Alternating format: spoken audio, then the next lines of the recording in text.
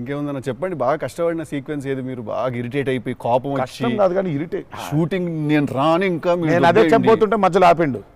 నీ మ్యాటర్లోకి వచ్చింది ఆ మేనిఫెస్టేషన్. నువ్వు వచ్చినావు మళ్ళీ ఆయన అక్కడి నుంచి ఎక్కడ డ్రై లైఫ్, నువ్వు డ్రై లైఫ్ లో వెళ్తుంది ఇక్కడ మొత్తం. అది అట్లా కాదు, కరెక్ట్. ఎక్కడ ఉన్నాం? గోవాలో ఫ్రస్ట్రేషన్ వచ్చేసి బీపీ పెరిగిపోయింది. నాకేందంటే అది నువ్వు అన్నావు కదా మేనిఫెస్టేషన్, ఇట్లాంటివి గలీజ్ పనులన్నీ అవుతాయి నాకు. వేడి చచ్చిపోతున్నాము, సముద్రంలో అలా నవ్వుకుంటూ ఉండాలి, కానీ వేడి తొబ్బేస్తుంది. అంటే ఇంకా పైన అట్లా అట్లా లిట్టలు కట్టుందంటే వర్షం, ఇక నిప్పున వర్షం కురిపిస్తుంది సూర్యుడు పైకి. అట్లా కూర్చొని పక్కనే ఒక రూమ్ పెట్టిండ్రు, ఏసీ ఉంది అందులో. శివా పోతా, ఇంకా ఒక్క షాట్ అన్నా పోతా, నేను చచ్చిపోయేలా ఉన్నాను, నేను నాకు ఒక్క సెకండ్ నిజంగా ఇంకా అబ్బాయి ప్రంతి పిల్లలు ఏమైపోయింది, నా జీవితం ఏంది, నేను చచ్చిపోతానా అని అయిపోయింది. ఓకే అన్నారు. ఇక అక్కడే లుంగి ఇట్లా తీసి, అఫ్కోర్స్ షార్ట్స్ ఉన్నాయి, ఆ షార్ట్స్తో పరిగెత్తిన లోపలికి పరిగెత్తి వెళ్ళి తలుపు అట్లా వేసుకోగానే ఒక్క సెకండ్ చల్లగా ఉండింది. బతికినాను రా అని చెప్పి ఆ తలుపు వేసి అట్లా బెడ్ మీద అలా పడ్డాను, కరెంట్ పోయింది. సారీ నవ్వద్దు, నీ కష్టం పగవాడికి కూడా రాకూడదు, మీకు కూడా రావద్దు. నిజంగా నాకు కరెంట్ పోయింది. కరెంట్ పోయి నేను ఇంకా ఫోను, అమ్మ కరెంట్ పోయింది, ఇంటి దగ్గర జనరేటర్ లేదా, దరిద్రం చూడు. కరెక్ట్గా ఆ రోజే నిన్న ఆడు జనరేటర్ పాడైపోయింది. ఇప్పుడు బయటికి వెళ్తే ఒక టార్చర్, లోపల ఉంటేమో అవన్ అయిపోయింది ఇది. ఇక ఇప్పుడు నేను లోపల, ఇప్పుడు బయట ఒక చికెన్ లాగా ఫ్రై అయిపోవాలా, తందూరు అవ్వాలా, లేకపోతే లోపల ఇడ్లీ లాగా స్టీమ్ అవ్వాలా. ఈ మీమాంసలో సౌత్ ఇండియన్ ఇంకా ఏంటో ఇంకా ఇది ఇంకా అసలు నా వల్ల బనీని చింపేద్దాం అనుకున్నా, అసలు నాకేం అర్థమవట్లేదు. ఎందుకు జరుగుతుంది ఇట్లా? ఎందుకు ఇలా జరుగుతుంది? అసలు నేనేం పాపం చేశాను? ఇలా జరుగుతుంటే ఒక అరగంట పోయింది, 40 నిమిషాలకి కరెంట్ వచ్చింది.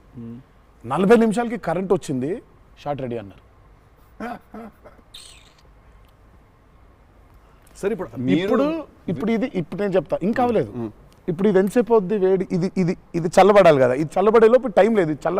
ఇది చల్లబడాలంటే ఆ రూము ఆ పర్టికులర్ మూమెంట్లో ఈజీగా 15-20 నిమిషాలు పడుతుంది. ఈలోపు షార్ట్ రెడీ అన్నారు. సరే షార్ట్ రెడీ కదా అని చెప్పి మూసిన కర్టన్ ఇట్లా తెరిచిన, షార్ట్ రెడీ కదా శివ ఎక్కడున్నాడని చూద్దామని. ఈ కర్టన్ ఇట్లా తెరిచేసరికి ఈయన రాజు సుందరం మాస్టర్ పరిగెడుతున్నారు నా రూమ్ వైపు.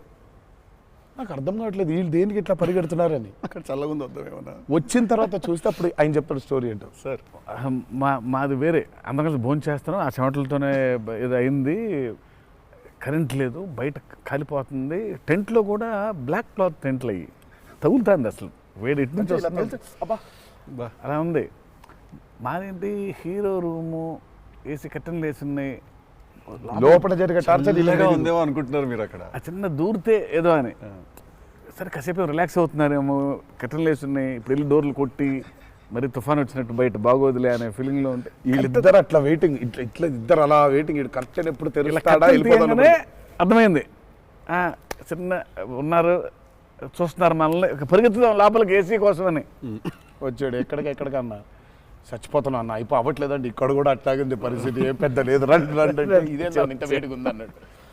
ఐ థింక్ మనం ఆ పేపర్ మీద రాసుకుని సెట్కి వెళ్ళి కెమెరా అంతా పెట్టిన తర్వాత కూడా we are all waiting to stumble upon one moment of honesty in that take. నా journey it's the same thing every day for every movie. మీకే తెలియదు మీరు అలా చేస్తారని? తెలీదు. అక్కడ కరెక్ట్గా వెళ్ళే ముందు ఒకటేదో దొరుకుద్ది. కరెక్ట్. ఇప్పుడు మామూలుగా దేవరాలు ఉంది, వర ఎలా ఉండాలో ఒక ఐడియా ఉంది, ఇప్పుడు దేవర ఎలా ఉండాలో దొరకట్లేదు నాకు.